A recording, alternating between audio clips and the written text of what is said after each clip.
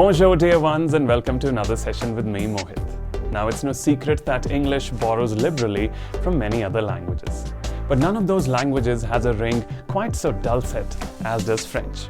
And the inclusion or use of French in your English tends to impart it a rather urbane and cultured touch. So in this video, I give you part 1 of 20 French words and expressions used in English. So let's French it up and let's go.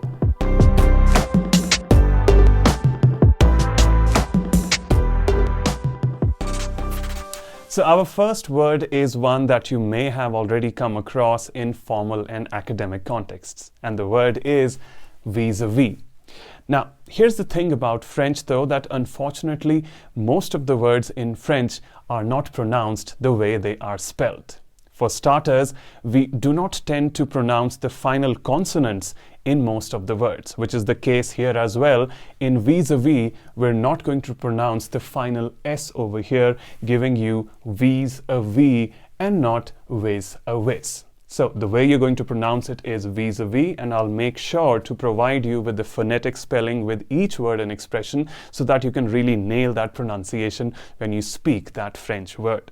So once again, vis-a-vis is the pronunciation, and the spellings, when you write it, you're going to have vis followed by a, and you're going to place this accent on top. It's called accent grave or accent grave in French. So you have vis followed by a with accent grave on top, and again vis hyphenated in between. So that's vis-a-vis. And now on to some examples and the meanings.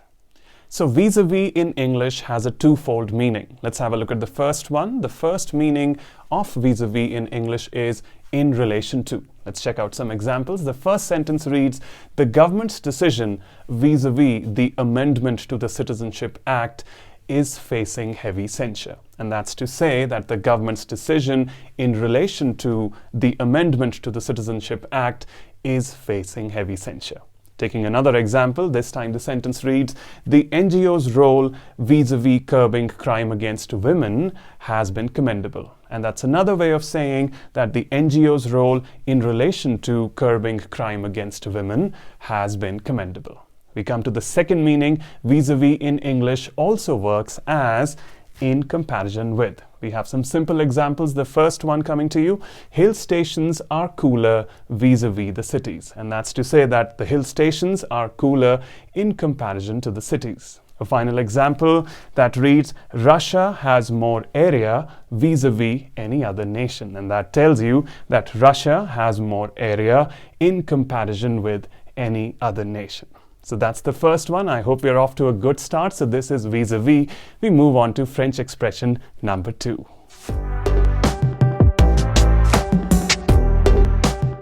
Now this next expression that we're about to get into, I'm sure you would be already familiar with it because you come across it so very often on invitations. And the expression is RSVP. RSVP is the acronym or short form for Répondez s'il vous plaît. Now, all the non-French learning friends out there, I don't want to scare them, so let me break it down for you. So in French, the R is actually a raspy, gargled note that arises from the throat and goes as R. And that is why over here you have the full form as Répondez s'il vous plaît. However, luckily, whenever a French word is used in English, we tend to anglicize its pronunciation. And that's to say that we tend to ever so slightly alter the pronunciation to suit the English tongue. So lucky for you, we're not going to have to gargle it out each time. Instead, we're going to maintain the R as in English and have the phonetic or the pronunciation as Répondez s'il vous plaît. Répondez s'il vous plaît. So instead of the French Répondez s'il vous plaît, you're going to have that as Répondez s'il vous plaît. Coming to the spellings, when you're writing this in any written context, then you're going to take care of some accents as you write that. So going up to the spelling over here, so this E, you're going to place a little accent on top of it. We call it the aigu over here. And this aigu is responsible for changing the E sound into the A sound. And that is why we have the word as café and not as cave, because whenever you read the spelling, you would find this little guy on top of the E at the end of the word cafe. So you have accent aigu on top of E, giving you répondez, you have an apostrophe between S and I. And finally, on top of I, you're not going to have the usual dot. Instead, you're going to have an expression that looks like the top of a hut, and this is known as the circumflex. So that is répondez s'il vous plaît in French, or répondez s'il vous plaît in English. Now we move ahead to the meaning and to the usage. Coming to the meaning of RSVP, so if you are to literally translate the expression from French into English, you would have the meaning as respond if it please you. Or if you look it up in an English dictionary, you would have the meaning simply expressed as please respond. And this is to say that if you've liked the invitation and you intend on being present at the occasion, then please respond. So that's about the meaning. Coming to the usage in a sentence. Now in English, RSVP is used as a verb, as a noun, and even as an adjective. But more often you come across the usage in the verb form. So being a verb, it can be used in any of the tenses. Let's take some examples. So we've got RSVPs. So you have a sentence, my secretary generally RSVPs to all the invitations. Taking another one, RSVPing. I am RSVPing to the invitation. Another one, in the past tense, you can have RSVP'd with the apostrophe or with the ed as RSVP ed in the small case. And another sentence, simply, I have RSVP'd to your invitation or to your invite. So that's as a verb. Let's take it as a noun as well. So we have sent in our RSVP, and that's to say that we have sent in our response to the invitation. And finally, you can also have it as an adjective, which is, let's say, we have ordered the RSVP card. So RSVP is the quality over there of the card. We have ordered the RSVP card. So about the usage, I would say suit yourself, but you would come across, like I said, most often the use of RSVP in English in the verb form. So that's expression number 2, very useful, very handy. RSVP, now the mystery has been revealed. You can go and brag to your friends that I know exactly what RSVP means. So with that in mind, let's proceed to expression number 3.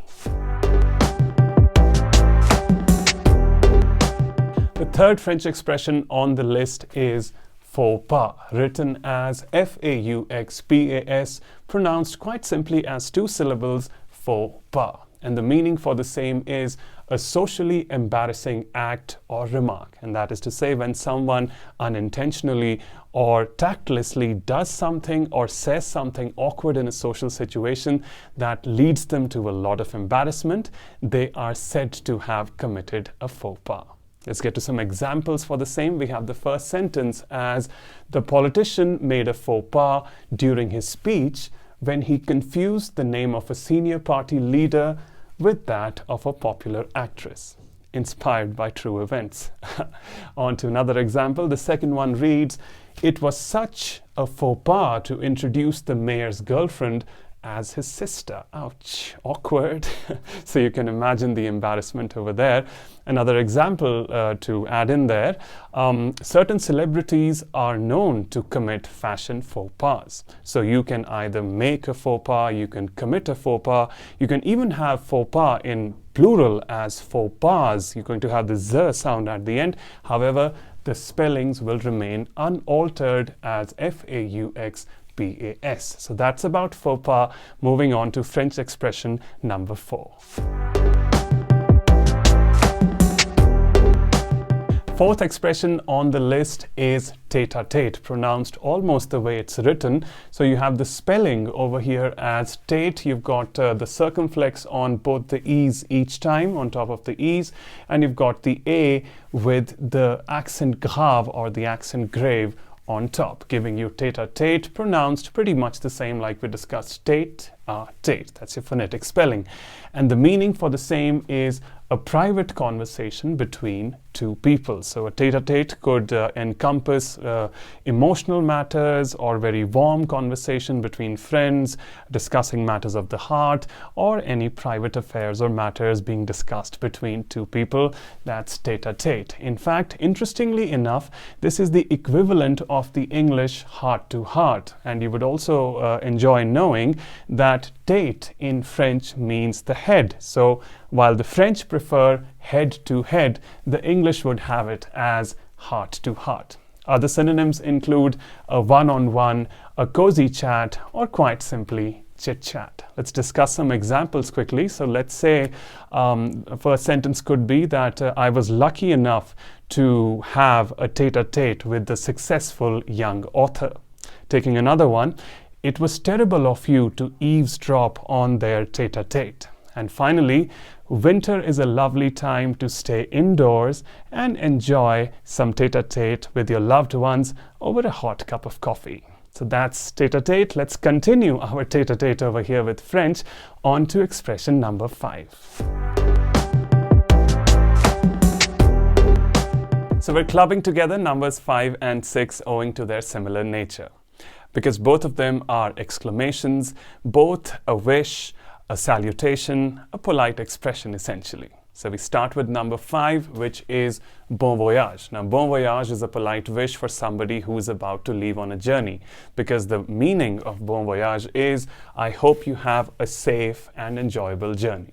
Literally translating, the word bon in French means good, and voyage means journey. So the literal translation would come out as good journey, very close to the definition that we just discussed. Now on to the pronunciation. So the first word, B-O-N, I'd like you to keep the N very nasal. That's to say that it should come out of the nose. You needn't enunciate the N over here as bon. Over here we're enunciating N, you have bon.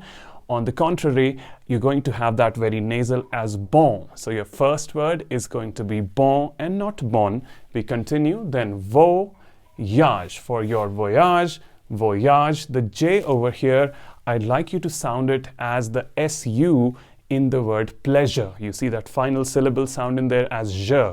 So that's how you treat a J in French, not as a je or a J, but as a je. So that gives you voyage. Bringing everything together, you've got bon, because of the nasal N, bon voyage. So that's the expression bon voyage, meaning happy journey, or travel safe, or have a good, safe, and enjoyable journey. Let's take some sentences to illustrate the usage. So let's say you're seeing somebody off at the airport or at a railway station. So as they're just about to depart, so you tell them that it was a lovely trip, we're really going to miss you. Take care for now. Bon voyage. Another one, so a family member is going away. People are seeing them off. So what do you say? What do they say to them? They say that call us the first thing you get there. Take care of yourself. Bon voyage. So that's bon voyage, meaning have a safe and enjoyable journey. We move on to number 6. At number 6, we've got bon appetit. Now, bon appetit is a polite wish or a salutation for anyone who is just about to eat, because the meaning for the same is I hope you enjoy your food, or quite simply, enjoy your food. Coming to the pronunciation, now this time I would have you pronounce clearly or enunciate that N over here as bon and not bon, for the reason that in French, whenever a consonant sound, which in this case is an N, is followed by a vowel sound, which is an A over here, the sounds of the two tend to fuse or merge, giving you bon appetit and not bon appetit. Coming to appetit over here, appetit, you've got ap followed by ay as a, for the reason that you have an igu on top of e, giving you not e but a, and that's shown here as a, and followed by the gentle t at the end. That gives you bon appetit, that's to say enjoy your food. Now, why this change of rule and sound? I'll get to that very quickly as well. Now, the French like to have their language very fluid, very fluidic, very flowing. They're very fond of that flow in language. And you can even try it on your own. If you try saying bon appetit, you're going to have to introduce a very artificial or a forced pause between the two words as bon appetit. Now, on the other hand, if you tend to fuse the N and the A between the two words, you get bon appetit. That just flows naturally. And like I said, that fluidity or fluency is one thing that the French really like, or rather emphasize on in their language. All their language rules are designed in that way. Anyway, this is not a French lecture, getting back to the word. So you've got bon appetit. I hope you enjoy your food. Very quickly, getting to some examples. Let's say somebody asked you to bring over a pizza. You bring it for them and you hand it to them and you say, here's your pizza. Bon appetit. And that's to say, here's your pizza. Enjoy your food or eat well. Another one, let's say a bunch of people are about to eat together. Let's say it's a dinner party and everybody's about to get into the food and enjoy it. So just before the meal, the host decides to be a little polite and says, "All right, everyone, let's eat. Bon appetit." And that's to say, "All right, everyone, let's eat, enjoy your food, or have a lovely meal." So that's bon appetit at number 6. We move on to number 7. At number 7, we have the expression au contraire, and that's the French equivalent of the popular English usage on the contrary, which, as you know, is used when the truth is actually quite the reverse or quite opposite to the expectation. Now, of course, the native French pronunciation over here, as I just used, is au contraire, and that's for the same reason as discussed earlier, that whenever the French R is used within spellings, it takes the form of a gargled, raspy h arising from the throat, giving you au contraire. Luckily, you do not have to reproduce the same effect in English, so when you use the same expression in English, the rules of the French pronunciation tend to be dropped in this case, giving you a very breezy au contraire. No h, but your regular r in English, giving you au contraire. Au contraire.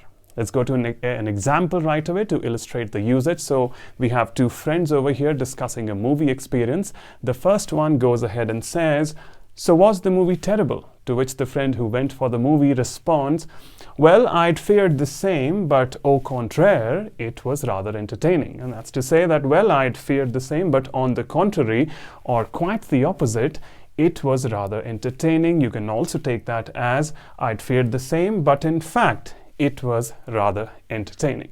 Another example, so let's say two friends are on the phone this time and they are geographically apart. The first friend asks, "Is it raining over there?" To which the other friend responds, "No, au contraire," or on the contrary, or in fact, it's rather sunny. So no, au contraire, it's rather sunny. No, in fact, it's rather sunny. A final example before we move ahead. Once again, let's say you've got two friends on the phone this time as well, and they are discussing about the schedule of the other friend, and the first one says that, "Are you busy today?" To which the other friend responds, "No, au contraire, I've got nothing on my plate today." And that's to say that no, on the contrary, or quite the opposite, I've got nothing to do today.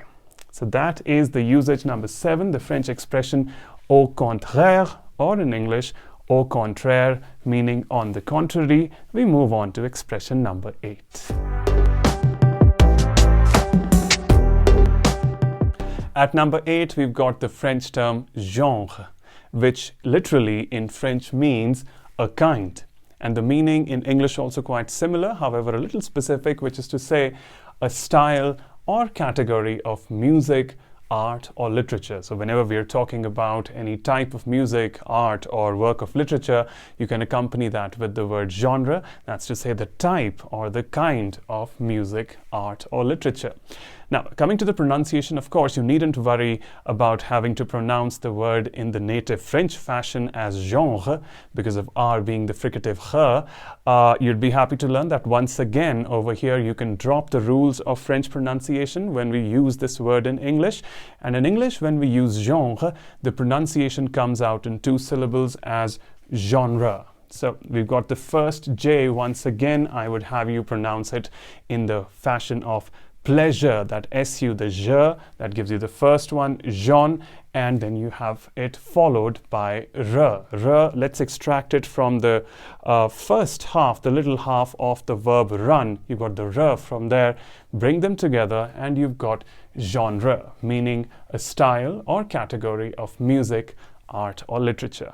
Coming to some examples or usages right away. So very commonly, you may have heard it in use that, what's your favorite music genre? And that's to say that, what's your favorite kind of music? Taking a few more examples, let's say that, what genre is this band? And that's to say, what kind of music or what type of music genre, like pop, rock, soft rock, and so on, metal, and the likes, does this band play? So that's about music. You can even have this in movies, that what's your favorite movie genre, or what's your favorite genre In movies, that could be anything like action, romance, comedy, suspense, and so on and on. Then coming to literature, also once again that there are many literature genres such as drama, poetry, fiction, non-fiction, and the list goes on. So that's about genre. And before we leave, a few more sentences perhaps that let's say, talking about literature once again, that speaking vis-a-vis thrillers, Dan Brown is amongst the most renowned authors in the genre. And that's to say that speaking with regard to, I hope you're with me, vis-a-vis as covered earlier. So speaking with regard to literature, Dan Brown is considered amongst the renowned authors in this type of writing, in this genre. So that's number 8 genre. We move on to number 9. Let's go.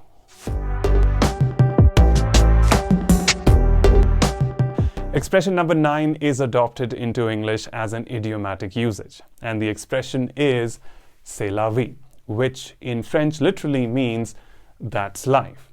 Now, I'm sure you would have already got the idea that we use this expression in English in order to express our acceptance or resignation in the face of a difficult situation, because nothing can be really done about it. You have to take it for what it is and just swallow that bitter pill and move on. So in order to express that emotion of resignation, we use the expression c'est la vie. Before getting into the examples and the usage, let's quickly have a look at the meaning and the phonetics. So finding out how c'est la vie translates down to that's life is rather easy and fun to follow. So in French, C'(est) together works as that is. It also works as this is. However, in this case, we've got it as that is. est is the French equivalent for is, but it is pronounced as a. So you've got C and A coming together as c'est. So that's your c'est.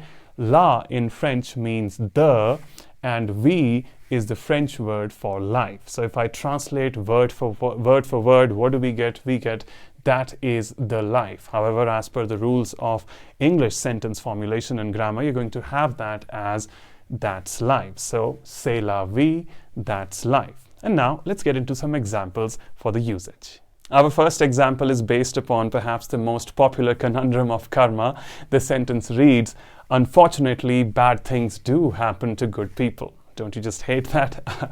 All you can say is c'est la vie, and that's to say that bad things do happen to good people. All you can say is that's life. You can't really fight it. That's just the way it goes.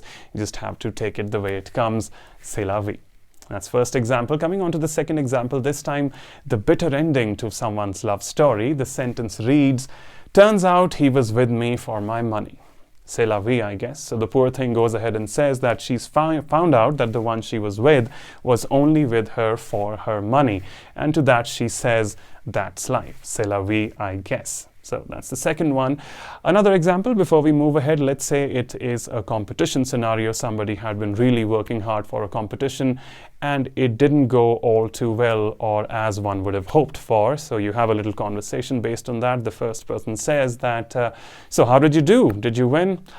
Oh well, au contraire. On the contrary, I lost. And to which the first person encourages the other person as, oh well, you know, you win some, you lose some, c'est la vie. You'll get them next time. And that means that you win some, you lose some, you can't win them all. So that's life, you will get them next time. So that is c'est la vie. So before moving ahead, I'd also add to that some people will find this video useful, some may not. C'est la vie, I guess. So that's how it goes. So that's expression number 9, c'est la vie. We move ahead to the final expression in part 1, French expression number 10.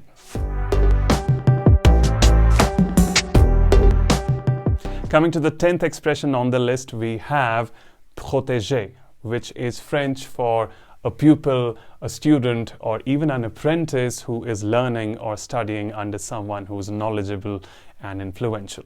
Now coming to the pronunciation right away, as you can see that we have aigus atop each of the E's, turning them from E into A, and you've got the fricative R right after P, giving you pro, P-R-O, pro, T-E with an aigu T-G, bringing the 3 syllables together, protege, protege. Luckily, once again, even in this case, while you use it in English, you can drop the French pronunciation and go for the anglicized version quite simply and easily as Protege. You can do away with the fricative h and you have that as Protege. Let's read some examples. The first one, your protege has really shone tonight. You must be proud. Of course, every teacher's dream. So that's to say that your student or your pupil has really shone tonight, has really done well tonight. You must be proud. Taking the second example, this time from history, we have that as Socrates had Plato for his protege.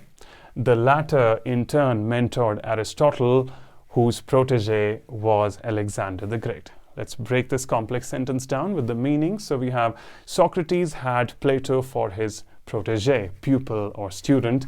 The latter means the second mentioned, while former means the first mentioned. So in this case, the latter would be out of Socrates and Plato, it would be Plato. So that's to say, Plato in turn, that is in order or in sequence, next in line, mentored, and that says that served as a teacher to, mentored Aristotle, so served as a teacher to Aristotle, whose protege, pupil, was Alexander the Great. So that's the second example, protege, pupil, student, or apprentice, and that's word number 10, protege.